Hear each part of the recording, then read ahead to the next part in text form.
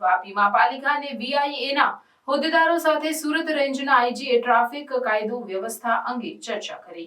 સુરત રેન્જના આઈજીપી પ્રેમવીરસિંહ વાર્ષિક ઇન્સ્પેક્શનને લઈને વાપીની મુલાકાતે આવ્યા. મુલાકાત દરમિયાન તેઓએ વાપીના સર્કિટ હાઉસ ખાતે વાપી ઇન્ડસ્ટ્રીઝ એસોસિએશન અને વાપી નગરપાલિકાના હોદ્દેદારો ઉદ્યોગકારો સાથે એક વિશેષ મુલાકાત કરી હતી.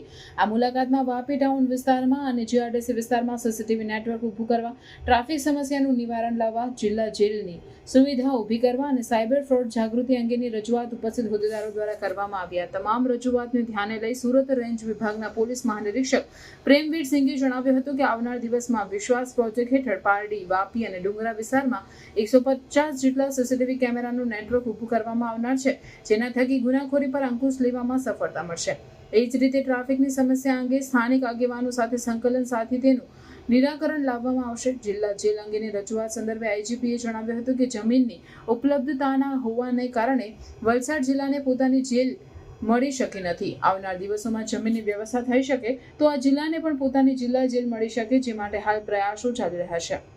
ઉલ્લેખનીય છે કે મીડિયા સાથેની વાતચીતમાં આઈજીપીએ જણાવ્યું હતું કે જિલ્લામાં હાલ પોલીસ સ્ટાફની ઘટ વર્તાઈ રહી છે. ગુજરાત સરકાર નવી ભરતી કરશે તો જિલ્લાને વધુ સ્ટાફ મળશે.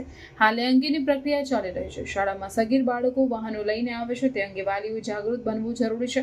આવા કિસ્સામાં પોલીસે વિશેષ ઝુંબેશ હાથ ધરી છે.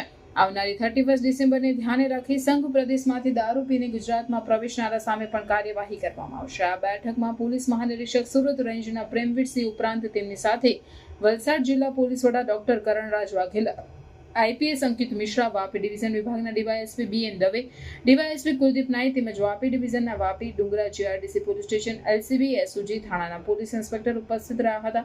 જ્યારે GRDC તરફથી VIAના પ્રમુખ સતીશ પટેલ, વાપી નગરપાલિકાના પ્રમુખ પંકજ પટેલ, VIA એડવાઇઝરી કમિટીના મિલન દેસાઈ, હેમંત પટેલ, વાપી નગરપાલિકાના ઉપપ્રમુખ દેવલબેન દેસાઈ અને સભ્ય મિતેશભાઈ દેસાઈ ઉપસ્થિત રહ્યા હતા.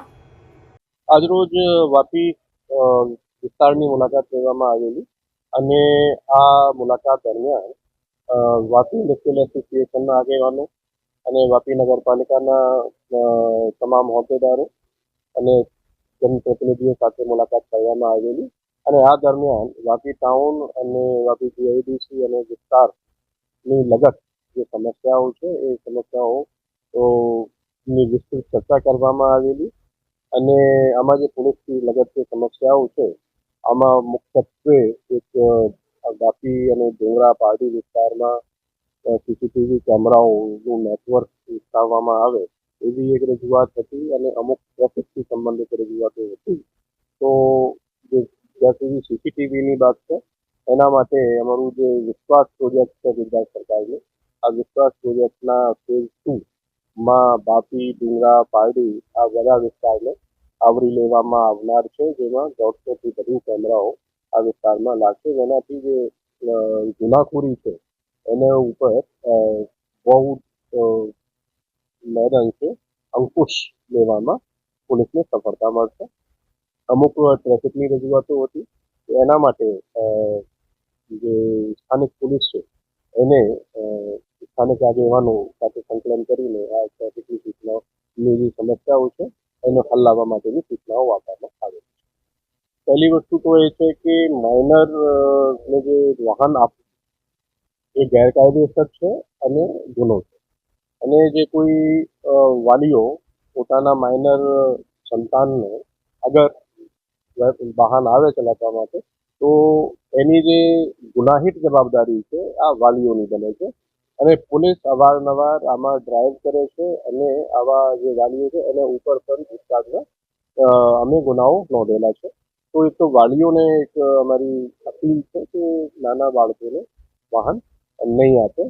એ ઉપરાંત અમે આ બાબતમાં ડ્રાઈવ વગેરેનું જે છે આયોજન કરીને અમે એના ઉપર અંકુશ લાવવાના પ્રયાસ કરીએ. જો અગર આપણે આંકડાકીય વાત કરીએ તો જેટલું જે પોલીસ સ્ટાફ હોવું જોઈએ એના કરતાં પોલીસ સ્ટાફ ઓછું છે, પરંતુ સમયાંતરે ગુજરાત સરકારનું જે ગૃહ વિભાગ છે એ નવી ભરતીઓ કરતા હોય છે. તો આ ભરતીની પ્રક્રિયા અત્યારે ચાલે છે. તો જ્યારે આ ભરતીની પ્રક્રિયા પૂર્ણ થશે ત્યારે જિલ્લાને નવું સ્ટાફ મળશે. ગંગાજળ જિલ્લામાં ખૂબ જ લાંબા સમયથી એની જરૂરિયાત મહેસૂસ થાય છે, કેમ કે આ બાબતમાં બધી અન્ય જિલ્લાઓમાં જેમ કે નવસારી અથવા સુરત અન્ય જિલ્લામાં જવાનું થતું હોય છે, તો એનાથી ઘણી અગવડતાઓ પડે છે. પરંતુ અત્યારે અગર અહીંયા આગળ જમીન ની વ્યવસ્થા થાય તો નવી જેલ જે છે એ એના નિર્માણમાં ઝડપ આવી શકે.